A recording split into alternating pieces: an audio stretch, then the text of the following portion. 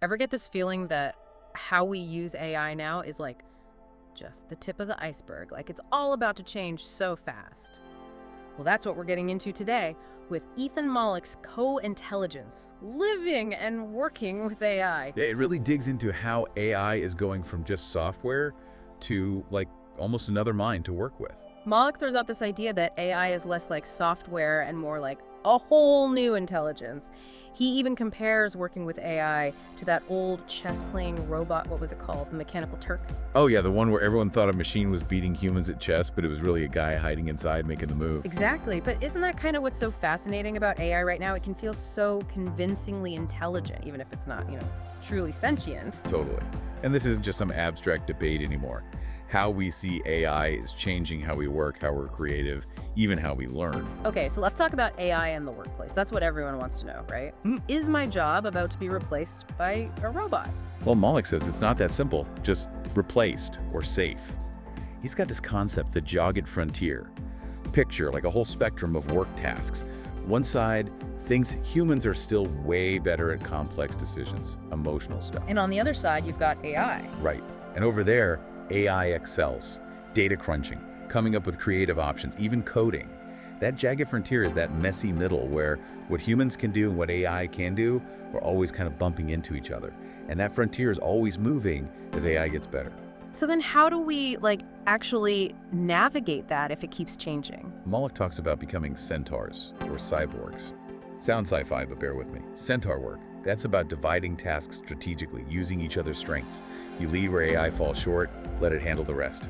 Cyborg work is even more blended, working almost like one unit. So almost like having a super-powered brainstorming buddy who can actually help you make the ideas happen. Exactly. That back and forth is where it gets exciting. But here's something interesting Mollick found. Tons of people are already using AI to make their jobs more efficient, but they're not telling their bosses. Wait, why all the secrecy? Some are worried about their jobs, figure if they make themselves replaceable, they're gone. Others just don't know how to even bring it up. Yeah, that makes sense, especially with how fast this tech is changing. It's a real issue. Mollick thinks companies need to make it okay to experiment with AI, not scary.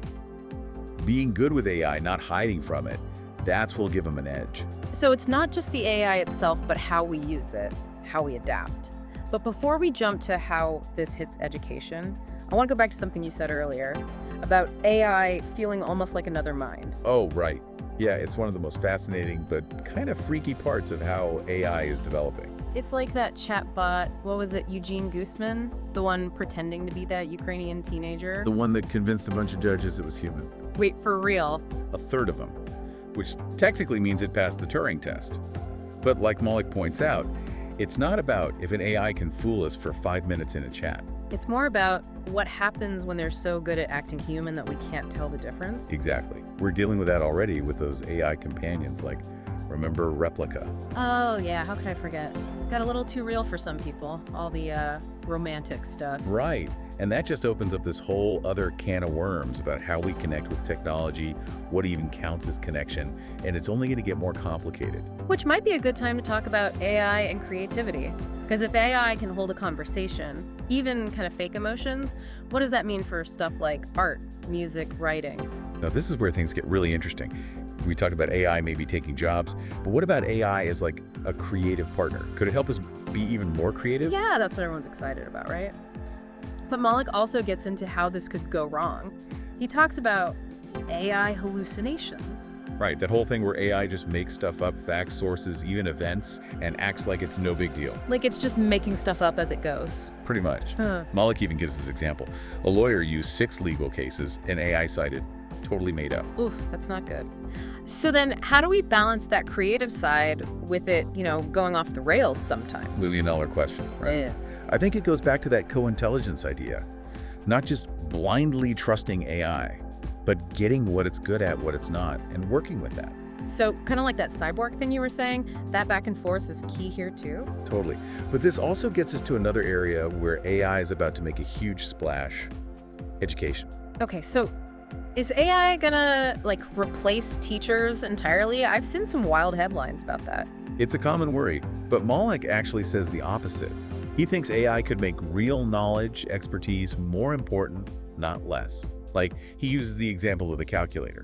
Everyone freaked out, thought kids would forget basic math. But they didn't, did they? Not at all. Math education just changed. We still learn the basics, but we could do way more complex stuff with calculators. He thinks AI could be like that for all sorts of learning.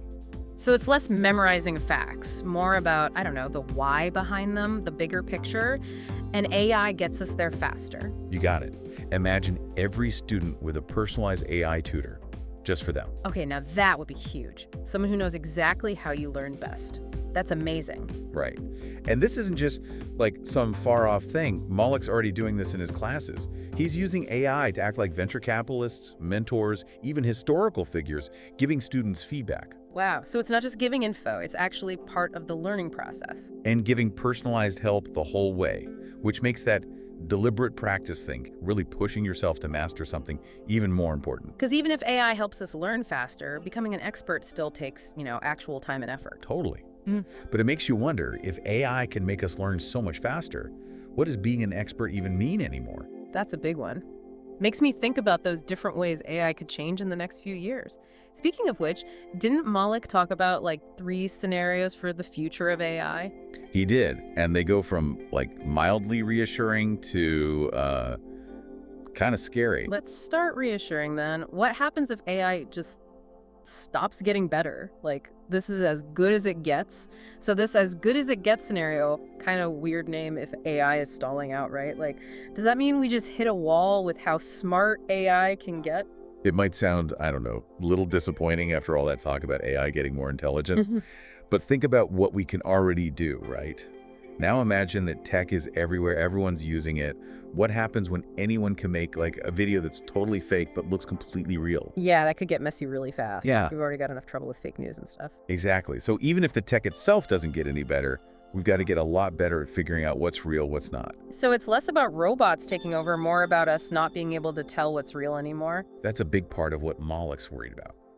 But AI could still be a huge help with problems we've got right now, even if it doesn't get any smarter. Like what kinds of problems? Well, there's that burden of knowledge thing. Basically, there's just too much information for anyone to handle these days, so it's harder to get stuff done, in science, in tech especially.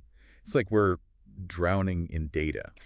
Oh, tell me about it. I feel like that just trying to keep up with my email. Right. So imagine AI that helps us filter all that, finds the important stuff, even spots connections we'd miss. That'd be huge for researchers, doctors, anyone dealing with really complex stuff. Okay, that makes sense. So even if AI doesn't get, exponentially smarter, it can still change how we work, how we solve problems. But I gotta ask about those other scenarios where it does keep getting better. That's where it gets really interesting, right? That's where we get into steady progress and rapid acceleration, as Mollick calls them. Imagine AI isn't just helping us solve stuff, but it's actually part of inventing new things. That's steady progress. So AI partnering up with humans to design new tech, find new cures, all that. Yep. But then we're also talking about who's really in control. What happens when AI is designing its own algorithms, writing its own code? Are we ready for that? Kind of exciting, kind of scary at the same time. Which I guess brings us to rapid acceleration. That's the AI goes full speed ahead scenario. That's the one where AI doesn't just get smarter than us, it leaves us totally in the dark. Okay, now we're in sci-fi movie territory. But Mollick actually takes this seriously, right? He doesn't think it's just a fantasy. He doesn't, because think about it. Tech is changing faster all the time. And we've been wrong before about how powerful new tech could be. So what are we supposed to do? Get ready for a robot uprising? Not exactly. But Mollick's saying we can't just ignore this and hope for the best. We need to be talking about this now. What does it mean if AI has its own ethics? What are the risks, but also the good parts? Because the future of AI, it's not something that just happens to us. We're all making it, even if we don't realize it. That is a lot to think about. So for everyone listening, if you're as fascinated by this as we are, Mollick's Co-Intelligence, definitely check it out. It's a wild ride through the future, one algorithm at a time. And until next time, keep learning, keep wondering, and keep asking those big questions.